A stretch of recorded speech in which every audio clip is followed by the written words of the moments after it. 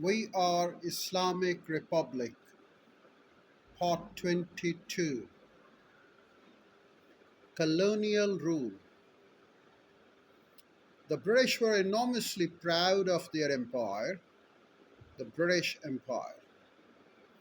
They believed that their ways of governing and living were the best and that other peoples of the world would be better off if they accepted them.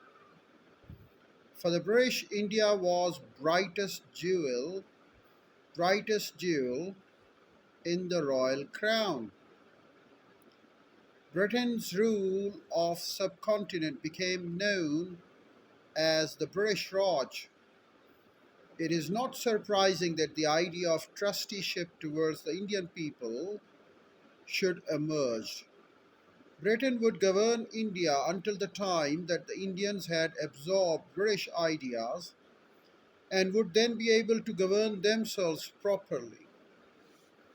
Whilst this was well intentioned, it was also incredibly arrogant for the British to believe that their ideas were both superior and suitable for India. They failed to grasp the significant cultural differences. Some Englishmen even argued that they had generously taken on the job of bringing civilization to India. The reality was that it was trade, wealth, and power that motivated the British imperialism rather than conscious of their white man's burden. How did the British treat the lands they had taken?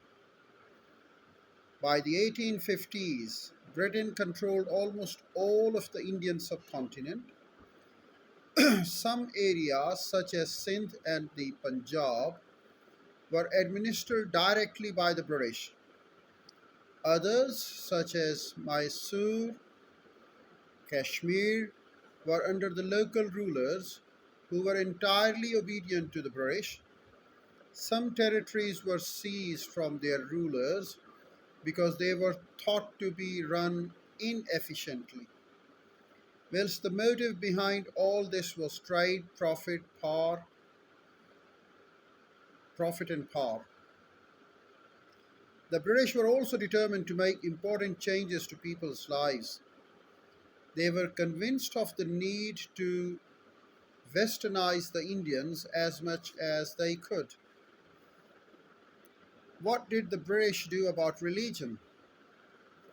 To start with, the East India Company had deliberately followed a neutral path over religion. Any threat to Hindus, Muslims, or others could lead to a trouble. But this provoked anger in Britain, where Christians argued that neutrality was actually supporting blasphemous and sinful beliefs.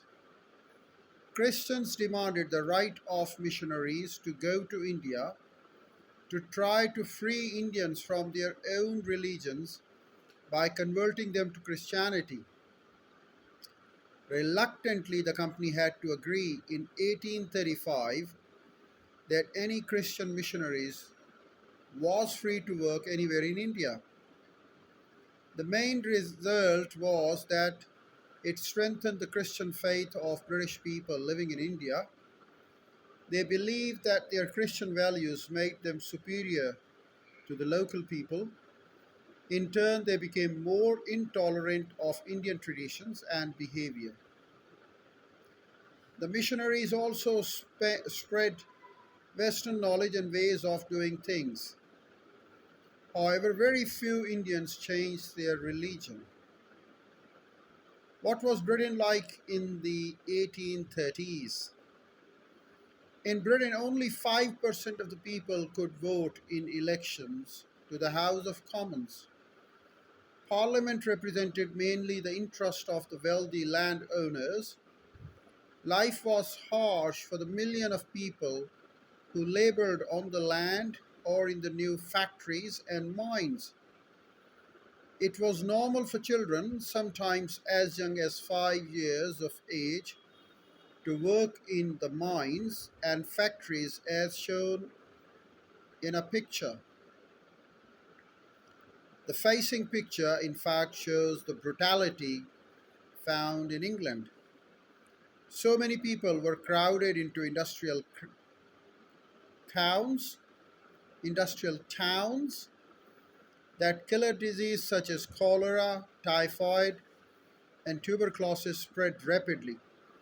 Because of the infected water, dirty living conditions, and poor diet, there were deaths. How did the British change Indian people? Power, together with Christian sense of duty, made it certain that the British would impose changes that would affect